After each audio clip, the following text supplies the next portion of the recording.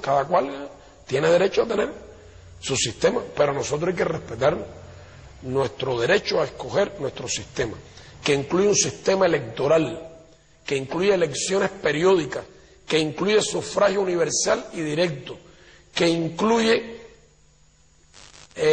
inscripción automática en el registro electoral, que incluye una población con casi 12 grados promedio de escolaridad, que sabe lo que quiere y lo que decide cuando va a las elecciones, que no puede ser manipulado. Los procesos electorales cubanos tienen una asistencia a las urnas superior siempre a un 95%, aunque en Cuba el voto no es obligatorio, muy diferente incluso a los porcientos que se logran en Estados Unidos y otros países. Estados Unidos incluso la media está entre un 50 y un 60%. Un aspecto incluso que ilustra la participación popular es que las elecciones quien custodia las urnas en Cuba son los niños, son los pioneros. Esto es como una demostración precisamente de la limpieza del proceso electoral, que incluso comparado con nuestra historia anterior de la revolución, una gran diferencia, porque era el ejército quien asumía la supuesta custodia de las urnas en Cuba, de los lugares electorales, que es lo que, entre otras razones, posibilitaba que el propio ejército participara en los numerosos fraudes, que fue lo que caracterizaba los procesos electorales antes de la revolución. Y después un momento muy importante, el conteo de los votos es y tiene que ser público, delante de la gente que tiene derecho a participar y se le invita. Y hay que publicar ahí, igual que se publicaron ante los nombres de los electores, hay que publicar los resultados, todos los resultados. O sea, esas elecciones se hacen aquí desde el año 76 de manera estable, no falta. Participa la inmensa mayoría de la población. Eso en el mundo no se conoce. Hay gente que dice, pero ¿cómo va a haber elecciones si hay un solo partido? Bueno, mire. Si fuera un partido electoral, que fuera el único partido que fuera a las elecciones, sería ridículo hablar de democracia. Es decir, soy yo contra yo mismo. Eso es una ridiculez. Pero el problema es que el Partido Comunista Cubano no va a las elecciones.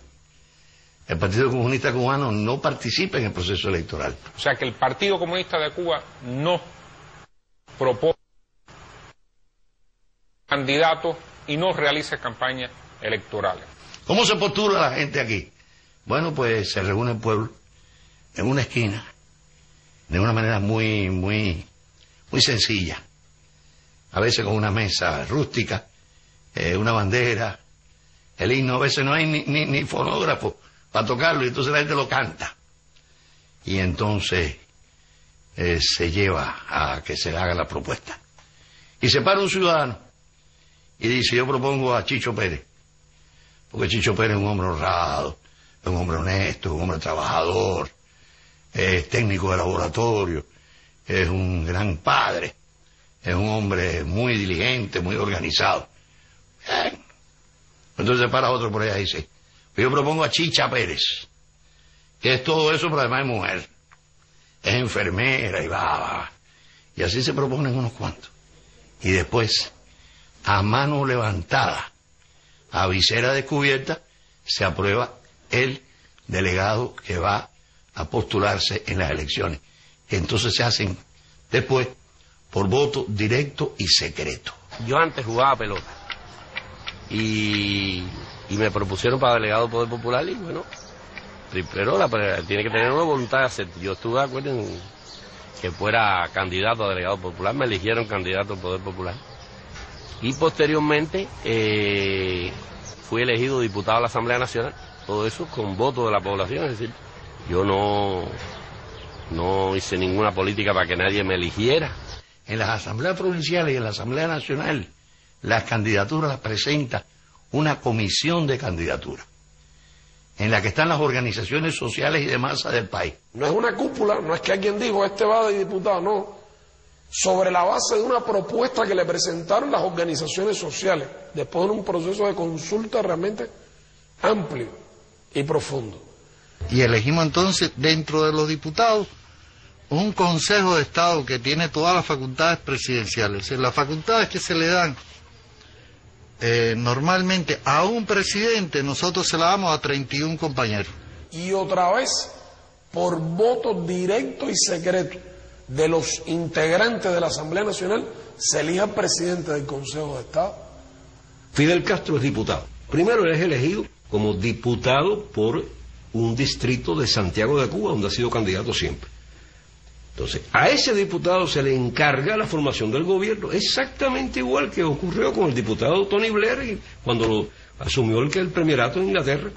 Creo que tampoco estoy muy seguro que muchos gobernantes, muchos representantes, muchos parlamentarios, si en sus países aplicaran un sistema electoral como el nuestro, resultaran electos, que se tuvieran que nominar ahí en una circunscripción y después fueran a que lo nominara una asamblea municipal y que no dependiera de la cantidad de dinero que tuvieran como candidatos para llegar a un parlamento nacional. No estoy muy seguro que resultarían electos. Si su apoyo y la cantidad de votos dependiera que lo eligieran en la circunscripción donde vive y después votaran secreto allí por él sin publicidad, ¿cuántos gobiernos se mantendrían en pie? Es preguntas que hay que hacerse, creo, y cuestionamientos que deben realmente tenerse en cuenta a la hora de juzgar a Cuba. Y yo, diputado, voy a rendir cuenta periódicamente al municipio donde me eligieron los electores. Y el delegado a la Asamblea Provincial tiene que rendir cuenta. Y el delegado municipal tiene que rendir cuenta 2 veces en el año. El ciudadano participa primero en discutir las cosas que el delegado le viene a informar respecto a la política del Estado, en qué se puede trabajar, porque hay que decir que uno va a la Asamblea de Rendición de Cuentas como delegado y uno rinde cuenta de su gestión ante los electores, pero sobre todo uno tiene que llevarle a las personas lo que el Estado es posible realizar en esos periodos de 6 meses que son las asambleas de rendición de cuentas, y que no es posible, hay que explicarle, bueno, mira, eso no puede ser ahora por esto y por eso, pero vamos a hacer otra cosa. Hay que decir que aquí se ha estado siempre participando y haciendo cosas en favor de la población. Un diputado, un delegado a una asamblea municipal, quienes lo eligieron lo pueden revocar. No es la idea, no es lo que ocurre que lo eligen para un cargo y ya hasta que termine el mandato el hombre puede hacer ahí los desmanes mayores, pero no hay cómo sacarlo. En Cuba hay un procedimiento para eso.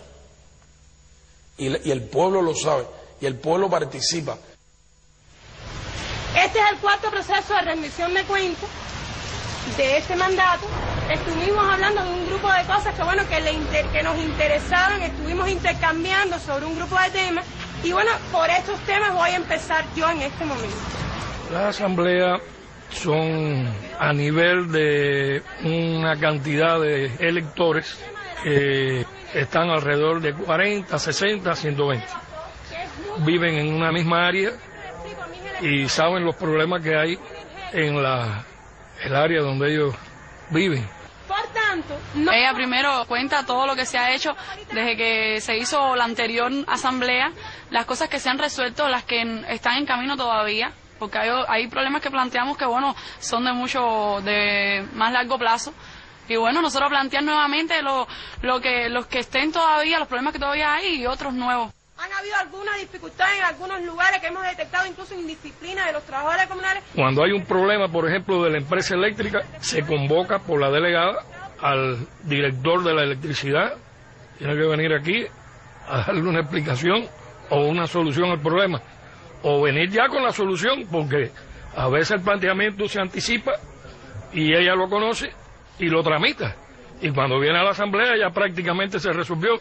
Hay muchos espacios donde yo puedo plantear mi criterio, y no es solo la asamblea, porque bueno, la asamblea es para el vecindario, pero en la escuela, en la universidad, hay asambleas en el comité de base de la juventud, de la Unión de Jóvenes Comunistas, a la cual pertenezco, y entonces también tengo otro espacio ahí para poder hablar. Tengo un espacio en la FEU, que es la Federación Estudiantil Universitaria, a la que también pertenezco, y es otro espacio distinto del de la UJC, y también puedo plantearlo. Si tú quieres hablar algo, ve para allí, no te pongas después en la esquina a hablar y a decir que hay un problema, no, tienes que ir allí, venir aquí y decirlo aquí, y la gente viene.